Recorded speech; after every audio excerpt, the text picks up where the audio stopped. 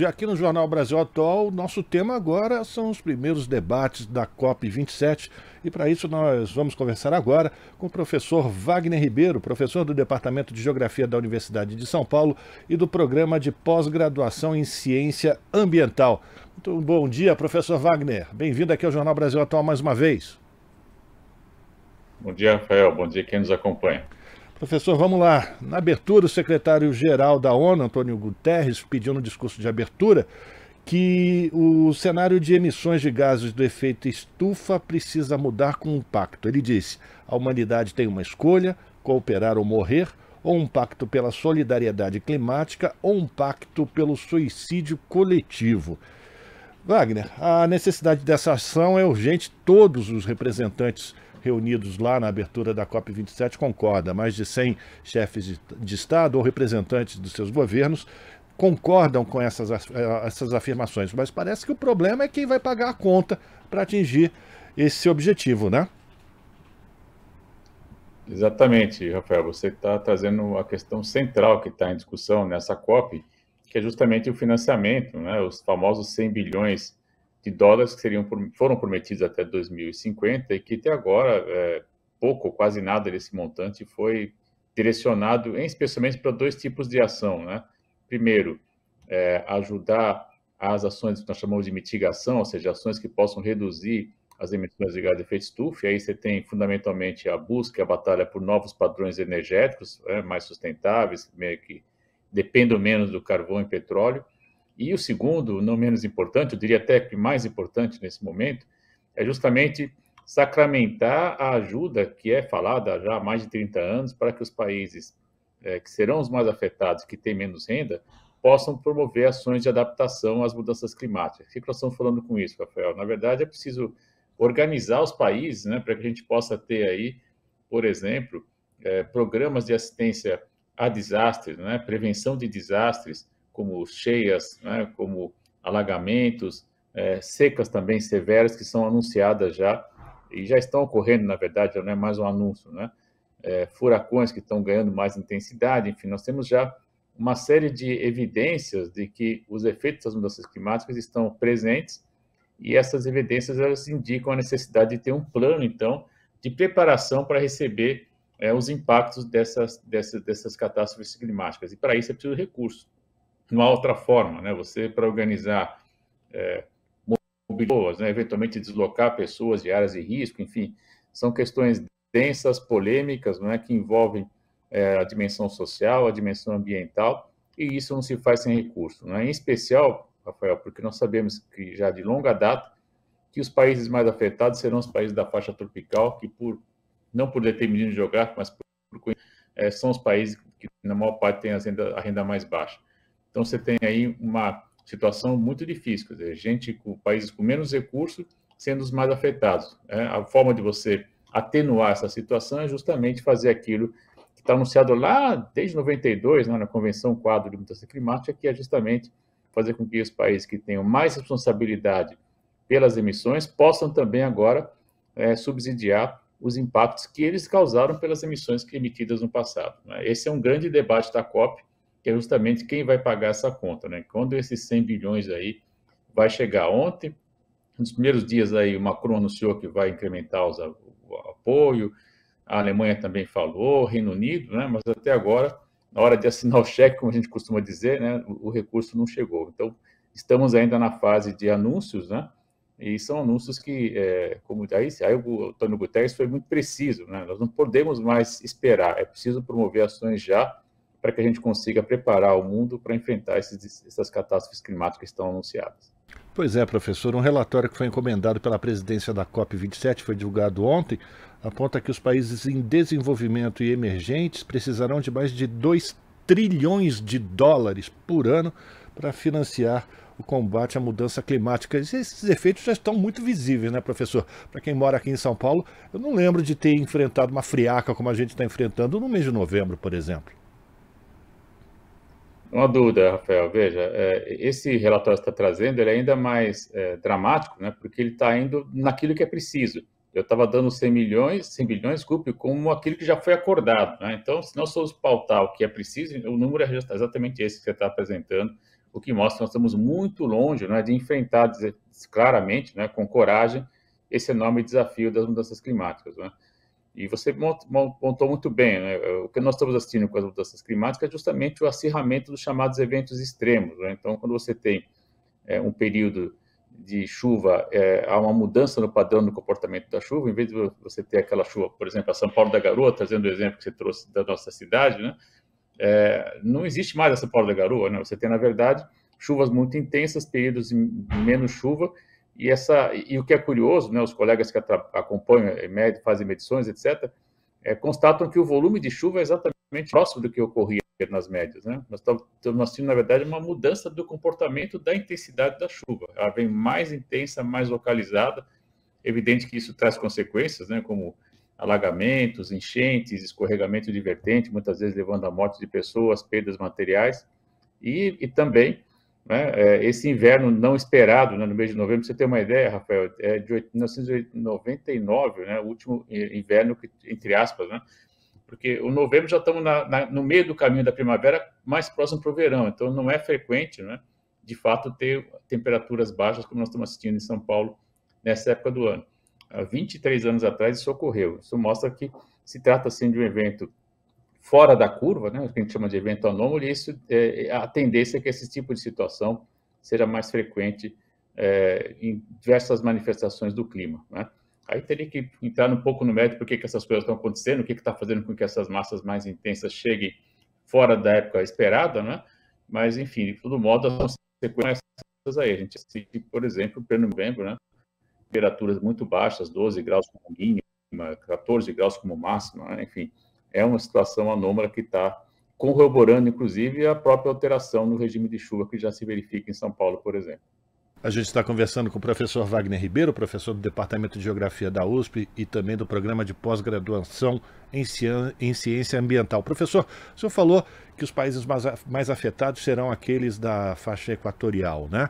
E aí, nessa faixa, a gente encontra, por exemplo, na América do Sul, Brasil e toda a floresta amazônica, mas também na Ásia. A gente tem porções importantes ainda de espaços de floresta que precisam ser preservados, e esses países continuam sem nenhum acesso a esse tipo de financiamento. É importante que isso seja cada vez mais urgente, de que esses países que são do chamado Norte Rico compareçam com o seu chequinho, né?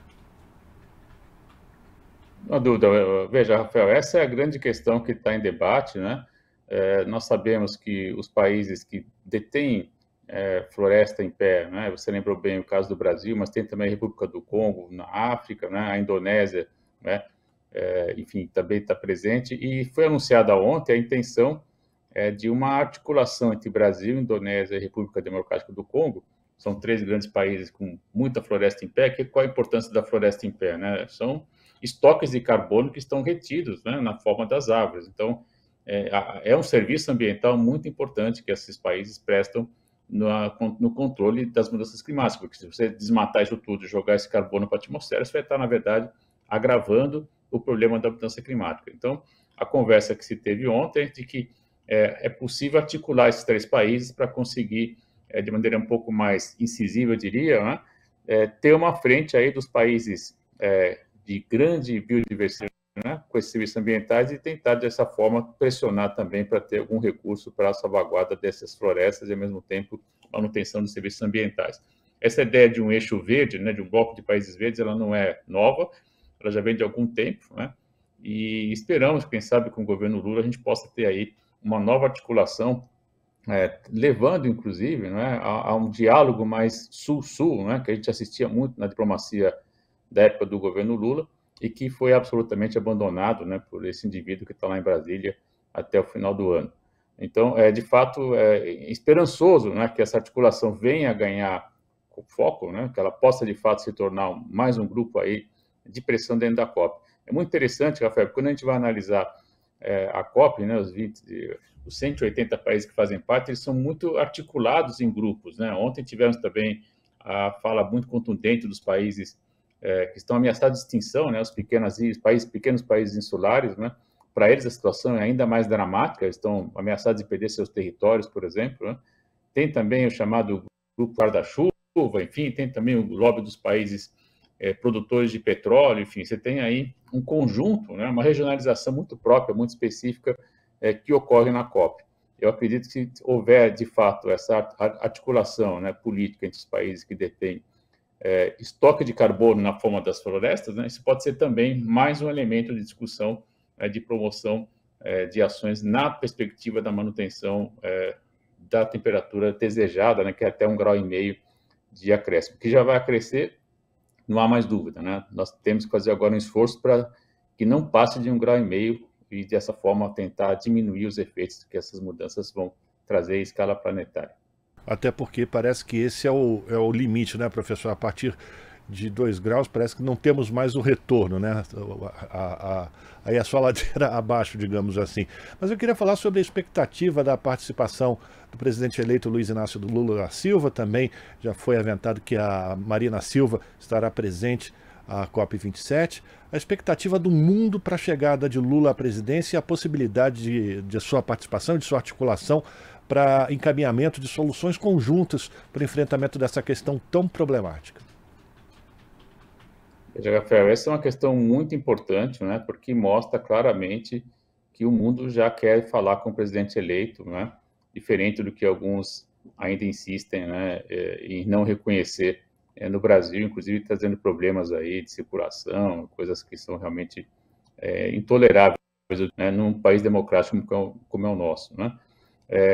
O convite veio, né, da presidência do Egito, claramente apostando, reconhecendo, né, a importância que o presidente Lula teve, porque quando a gente vai analisar ao longo da história, né, a gente acompanha essas questões há mais de 30 anos já, veja, o governo Lula, em 2009, na COP de Copenhague, teve uma mudança de atitude muito importante. O Brasil, naquele momento, Rafael, foi o primeiro país que apresentou cotas, né? Uma meta nacional voluntária de redução de efeito estufa, né? E a partir dali, você teve depois, no Acordo de Paris, 2015, a adoção das cotas pelos países em geral. Então, de fato, né, a liderança brasileira naquele momento gerou um novo modelo, né? Podemos entrar no mérito se o que está sendo prometido é suficiente ou não, sabemos que não é, né? Mas é o que eu costumo dizer, se nós tivermos a meta, ainda que insuficiente, temos por que brigar, por que lutar, né? Se não tivermos nem essas metas, o que será do mundo, né? Aí vamos cair no suicídio climático que disse o Antônio Guterres na abertura da convenção, das partes agora, né, lá no Egito. Então, eu diria que a expectativa é muito grande, porque ele pode, de fato, né, esperamos, né, anunciar uma mudança de direção no Brasil. Essa mudança passa fundamentalmente pelo controle do desmatamento. É a nossa grande fonte de emissão, Rafael. Isso nós sabemos que é possível fazer hoje, sim. Temos sistemas de monitoramento de satélite que foram abandonados, né, foram deixados de lado, foram pouco utilizados ou foram desconsiderados, na verdade, né? O INPE tem técnicos muito qualificados que foram subutilizados, né? As análises não foram levadas a sério para que a gente pudesse ter uma ação no campo imediatamente após o registro da indicação de eventual desmatamento, né? Se isso mudar, já é algo muito importante, né, que vai reduzir as emissões do Brasil, e o Brasil hoje está entre os 6 maiores emissores do mundo, tendo como principal fonte o desmatamento. Então, se trata, assim, de um papel de destaque, né, no planeta, e evidentemente que a expectativa é que o governo Lula, junto com a Marina Silva, que tem também uma vasta experiência, já foi ministra do Meio Ambiente, é uma liderança reconhecida com prêmios internacionais, inclusive pela ONU, esse conjunto, né, e parece que acena claramente para a volta do país, do Brasil, como uma liderança importante no jogo da ordem ambiental internacional das mudanças climáticas. Então, há muita expectativa, assim, eu imagino que ele deve estar, pela próxima semana, né, anunciando alguma coisa por lá também, o que é muito importante e retoma a posição do Brasil nesse jogo político fundamental. Professor, nosso tempo já está acabando, mas eu queria a sua avaliação também de um outro anúncio que parece que pode ser feito durante a COP27, que é a apresentação da deputada Sônia Guajajara como provável ministra dos povos originários, uma promessa também do presidente eleito Lula, e a importância da criação de um ministério desse, quando a gente lembra que os povos originários são os maiores preservadores das florestas, do meio ambiente, da diversidade, a importância desse ministério também no esforço de conter ou de reverter esse desmatamento que tem sido verificado no Brasil nos últimos 6 anos. Veja, Rafael, esse é um anúncio da maior importância, da maior relevância, né? Nós sabemos que o Brasil é um país que tem povos originários, é um país de diversidade né, cultural muito rica, né, que tem vários povos originários, e criar esse ministério é reconhecer a importância, né, desse segmento da sociedade brasileira, que foi massacrado nesses últimos 4 anos, infelizmente, né? Com suas terras invadidas, enfim, com seus valores culturais sendo desprezados, né? Inclusive em fóruns multilaterais. Então, a criação, na verdade, né, significa a volta do reconhecimento dos povos originários. Aquilo que está na Constituição, diga-se de passagem, né? É uma obrigação, eu diria, né, cuidar dos direitos dos povos originários, porque está na Constituição brasileira. Mas você trouxe uma questão ainda mais importante, que é justamente o reconhecimento de que os povos originários, eles conseguem ter um estilo de vida, um gênero de vida, uma organização social que permite a sua reprodução, mas também permite a oferta dos serviços ambientais e ecossistêmicos, que são fundamentais, por exemplo, para ter água em São Paulo, por exemplo, para ter água no Paraná, né, que está lá parado, até em Santa Catarina chega a água da chuva da Amazônia, né? É preciso dizer isso, porque essas pessoas desimpedem essas estradas, né? Porque, de fato, os serviços ambientais que os povos originários trazem, eles são fundamentais, né? E os estudos mostram, como você bem apontou, que nas áreas dos povos indígenas, a conservação ambiental é ainda melhor nas próprias unidades de conservação, inclusive do governo federal. Então, salvaguardar esse interesse é muito importante e reconhecer por meio de um ministério é um primeiro passo que eu espero, né, nós consigamos chegar no padrão, por exemplo, que a Nova Zelândia, mesmo o Canadá, conseguiram dar já aos povos originários, reconhecendo seus direitos, reconhecendo um sistema de várias línguas, né, criando universidades específicas para esses povos, enfim. Temos muito que avançar, se nós tomarmos como exemplo, né, países que estão com políticas muito promissoras e já em execução, como é o caso desse que eu citei há pouco, e eu acredito que o Ministério pode ser um primeiro passo fundamental para chegarmos, quem sabe, a uma situação mais digna, né, de garantia dos direitos dos povos originários. Eu vejo com muito bons olhos, inclusive isso vai ter uma repercussão bastante positiva também na própria COP, não tenho dúvida disso. Agradecer a participação do professor Wagner Ribeiro, professor do Departamento de Geografia da Universidade de São Paulo e também responsável pelo programa de pós-graduação em Ciência Ambiental, falando aqui no Jornal Brasil Atual sobre as primeiras discussões da COP27 que está sendo realizada no Egito. Professor, muito obrigado pela sua participação, abraço para o senhor e até breve. Até a próxima, Rafael. Conversamos com o professor Wagner Ribeiro, agora são 7h47. Nós vamos fazer um rápido intervalo e voltamos na sequência. Estamos apresentando Jornal Brasil Atual. As notícias que os outros não dão.